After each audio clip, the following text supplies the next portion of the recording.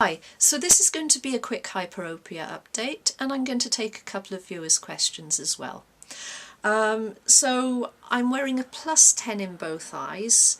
My right eye needed to have a little bit extra, so it's +10 both eyes now, and what I'm finding is it's both better and worse, and I'll explain the worse because it isn't actually worse.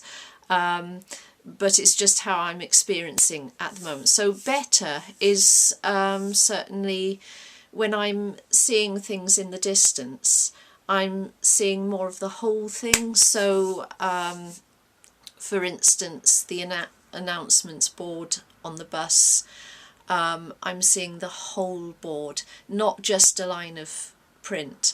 So I'm seeing more of what's actually there. On the worse side, I'm definitely noticing things really fading out at close. And I think that's because I've got up to, a certain diopter where my eyes can really start relaxing. So I'm just not holding them tight and over accommodating all the time. So I think that is perfectly natural. The other thing is I still am over accommodating. So if I look at something close, say I really have to look at my phone or something like that, then I really can't see anything at all after I've done that. And I think that's because when I accommodate, I'm used to going the whole hog with it. So I'm used to tensing up everything.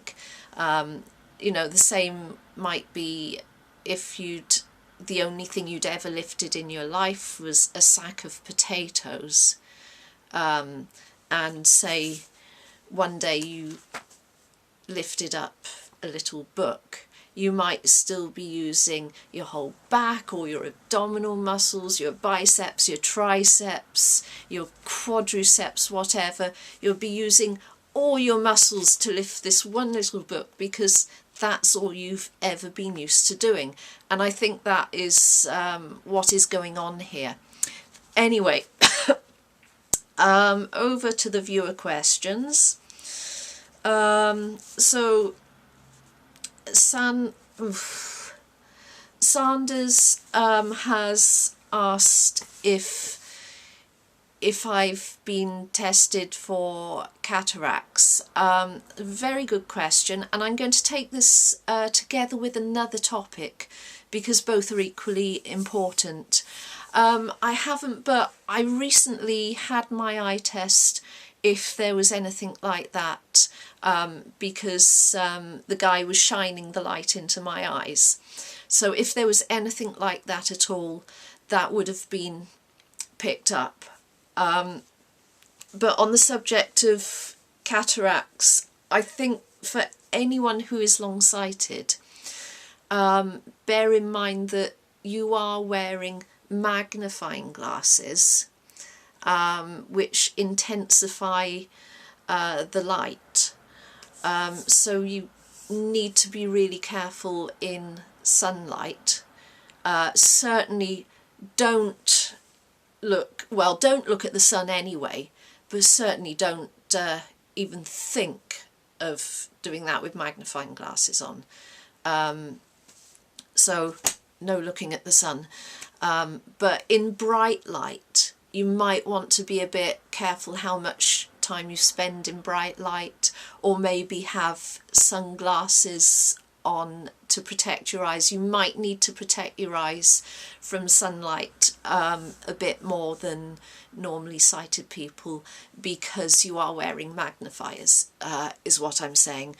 And on the same note, with high hyperopia, so that I think is anything over a 6, there is an added risk of something called sharp angle glaucoma. Now, I don't want to scare people because I haven't really been able to find out that much about it, just that it is a risk.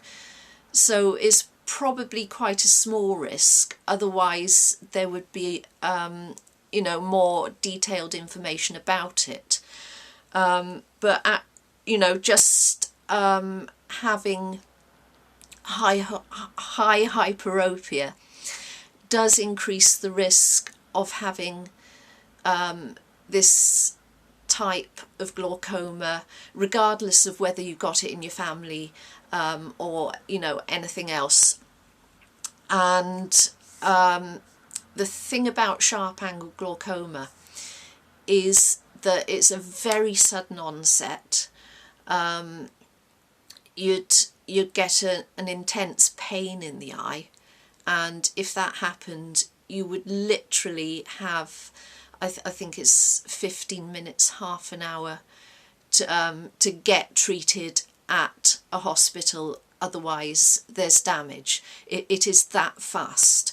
Now, I haven't been informed about it, and I think if there was a significant risk, then I would have been told about it, but I haven't been. But that is something I want to find out a bit more about.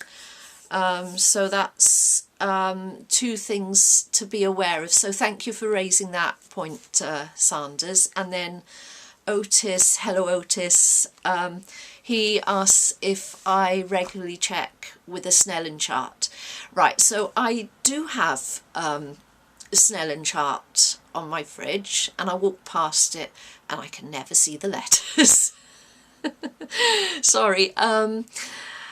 So the Snellen chart, for anyone who's doing the end myopia program, so they're trying to get to 2020, that is actually a really useful reflection of how your vision is improving. So you've got this thing always in the same place, you're looking at it with the same lighting, usually it should be good lighting, and from the same position. So it's something, it's always the same. Now, because my eyesight changes a lot, I do use other things as well. The Snellen doesn't work out so well for me at the moment, so I use other things, and I'm definitely more in favour of Mark Warren's techniques. So he tends to use more active targets and real life objects. That at the moment works better for me, but it's whatever works best for you. And my real life objects are sort of everyday things that I see. So, you know, like my walk up to my work, if I can see more details on the buildings, which is definitely happening, that would be one thing. So just be aware of how things are changing. The other thing that works well for me is when I ride to and from work on the bus. Now, there are two announcement destination boards. One is right at the front of the bus, the other one is at the midsection. So I sit halfway towards the back, so I can see both boards, and how well, you know, I see those. For me, that's actually a better reflection. It just works better for me.